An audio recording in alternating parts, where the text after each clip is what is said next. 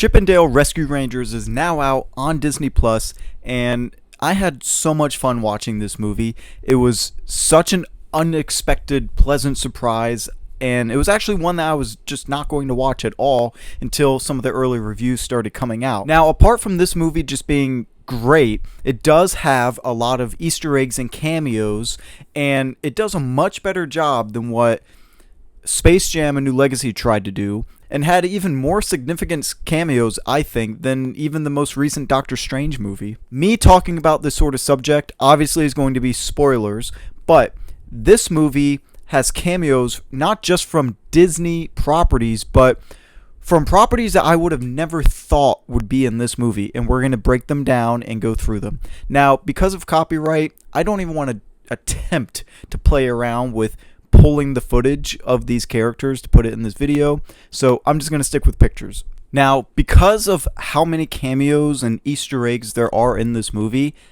there might be some that I just simply miss, or I might not know who that character is. So if there's a character, there's an Easter egg that I miss, go ahead, throw it down in the comments and let me know and let others know what I missed. First one up is we see Dale get to school, and he's the new kid at school, but it looks to be Clarabelle Cow is the teacher. Now, Clarabelle first made her appearance in the 1930s with the film The Shindig, and she's represented as being, over the years, Minnie Mouse's best friend and the girlfriend of Horrence Horsecollar.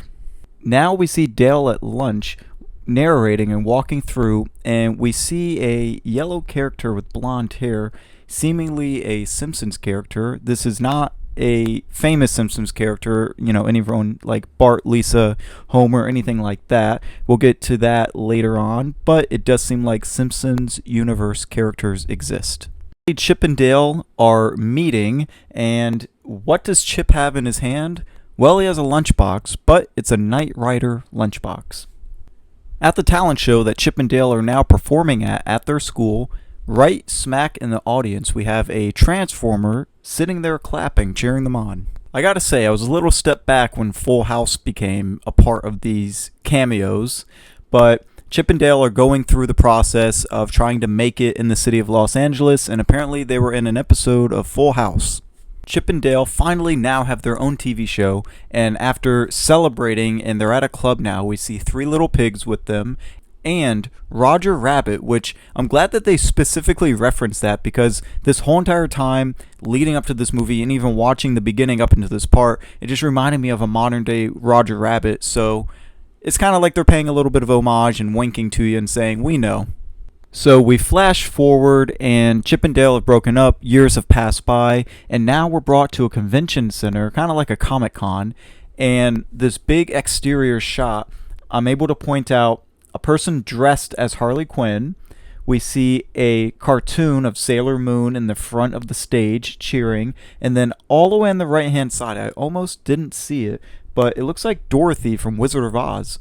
Panning through that same Comic-Con audience, we have Fat Thor from Endgame. We do see the ruby slippers confirming Dorothy from Wizard of Oz, and we have two mice dressed up as Star Wars characters, Rey and Kylo Ren.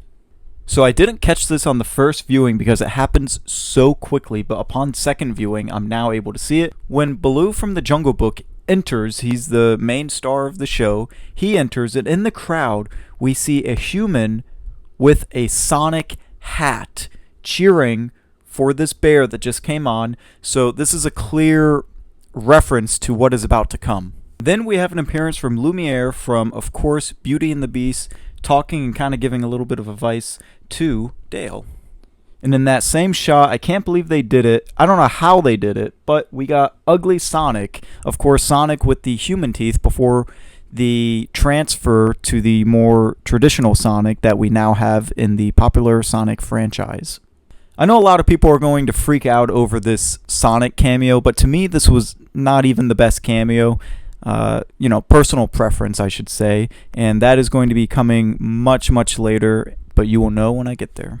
Another character that makes her appearance alongside Ugly Sonic is Tigra.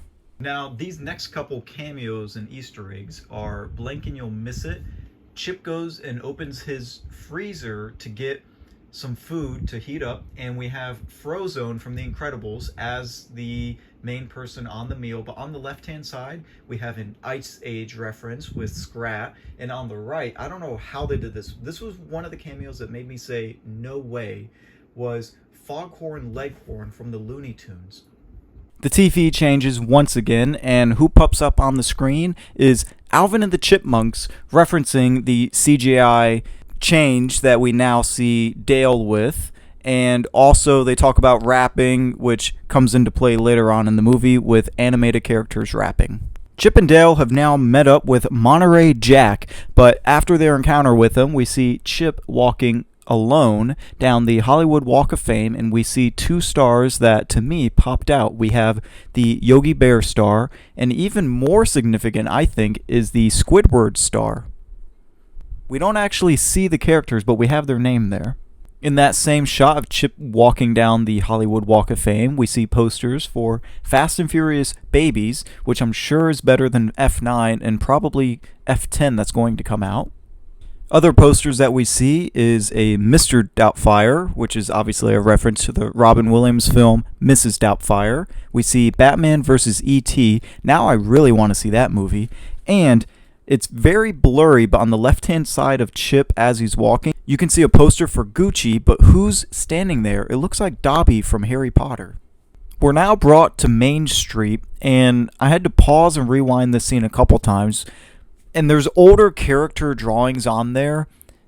These characters, if they are to some reference famous or anything like that, I simply don't know who these older characters are, but the only ones that popped out and stood out to me was references to Phineas and Ferb. After meeting for some stinky cheese, Chip and Dale are now brought to a new area of town, and as they're looking around, we clearly see two cats fighting, but they look like the cats from the movie just a couple years ago, where it's more like human cats. We're in the toy factory now, and Seth Rogen's giving them a tour, and we see a Shrek reference with Shrek body soap. In that same shot of the toy warehouse, we see a bin full of balls, and it looks like the balls from Pixar that always pop up in all the Pixar movies. We're now introduced to the main villain of the movie, and I thought this was brilliant, aging up Peter Pan and making him the bad guy. As Peter Pan is telling the chipmunks, Chip and Dale, about his plan of bootlegging, we bypass a couple VHS tapes, knocking off Beauty and the Beast, and also Casper the Friendly Ghost, this time being called Jasper. Next up is Rapunzel, who makes a cameo in this movie down in the sewer with a Rapunzel toy that Dale tries to grab onto her hair to save them from going down the sewer drain, but her hair just keeps on going and going and going and going before her head popping off. Alright, we're now to the cameo where I said no way and had to pause the movie the first time that I watched it.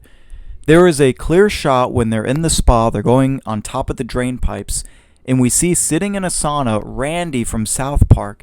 Now, anyone that's been watching my channel, you guys know that South Park is my favorite all-time TV show there is. So seeing Randy in this movie was just so unexpected, and it was so awesome. With Chip and Dale still going through the sauna on top of the pipes, we now see a quick little shot of Scrooge McDuck.